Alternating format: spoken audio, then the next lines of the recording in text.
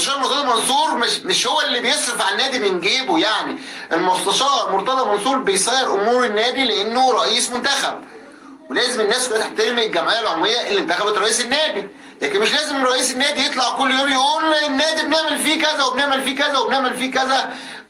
مش دورك. انت عندك مركز اعلامي يتكلم عنك وعن انجازاتك وعن انجازات النادي وعن الحاجات دي كلها. مش رئيس نادي يطلع بشخصه يتكلم كل يوم، يطلع يقول لك لعيب بيشرب حشيش ولعيب تاني كان سهران مش عارف فين، ويطلع. ما ينفعش. ما ينفعش رئيس بحجم منظومه كبيره زي منظومه نادي الزمالك يطلع كل يوم يشوه في صوره لعيبته وينتقد كل المسؤولين عن الكوره وعن الرياضه في مصر. استخدام الالفاظ البذيئه او المسيئه ما هياش شطاره يعني. اي حد يقدر يقول الفاظ وحشه يعني، واي حد يقدر يتهم اي حد بالباطل يعني. لو انت معاك حق في اي قضيه او انت معاك مستند على اي حد، روح قدمه للجهات المختصه والجهات المختصه تقوم بدورها. كل يوم يستلم كابتن محمود الخطيب رئيس النادي الاهلي ويطلع يتكلم على الكابتن محمود الخطيب ويتهمه اتهامات بالباطل. حتى ولنفترض ان هي اتهامات حقيقيه، مش مكانها التلفزيون، لان التلفزيون ده فيه شباب صغير وفيه اطفال وفيه حريم وامهات، ناس كتير بتتفرج على التلفزيون. فمش لازم انا اطلع اقول الالفاظ دي واتهم كل الناس بالباطل، لان في ناس برضه بتصدق.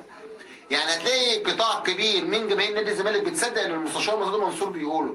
المستشار مرتضى منصور باختصار بيحط جزء من الحقيقه في مجموعه من الاوهام والتخاريف وبيتهم بها الناس. اللي انا اقصده هو بيحط جزء من الحقيقه والباقي كله ضوضاء، بحيث انك المتلقي ما يقدرش يميز الحقيقه من الخيال فيصدق الموضوع ككل. ده هو النظام، بيقدر كلش في الكلوب كده زي ما احنا بنقول.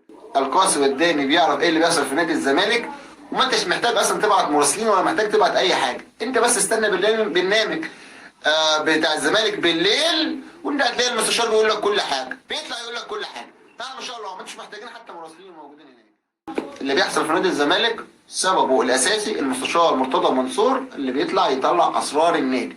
سببه المستشار مرتضى منصور اللي بيضرب قنبله كل يوم في النادي.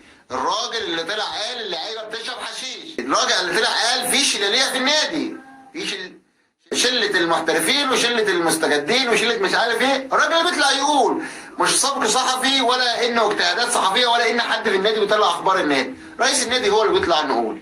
فانت كمشجع لازم تبقى فاهم ان ده الراجل ده يعتبر ربنا مسلطه عليهم اصلا يعني. هو ربنا مسلطه على نادي الزمالك وكان الله في العون، ولكن اغلبيه جماهير نادي الزمالك مع المستشار مرتضى منصور وبتدعمه. ولكن هو اللي انا شايفه هو بيهد في النادي اكتر ما بيبني.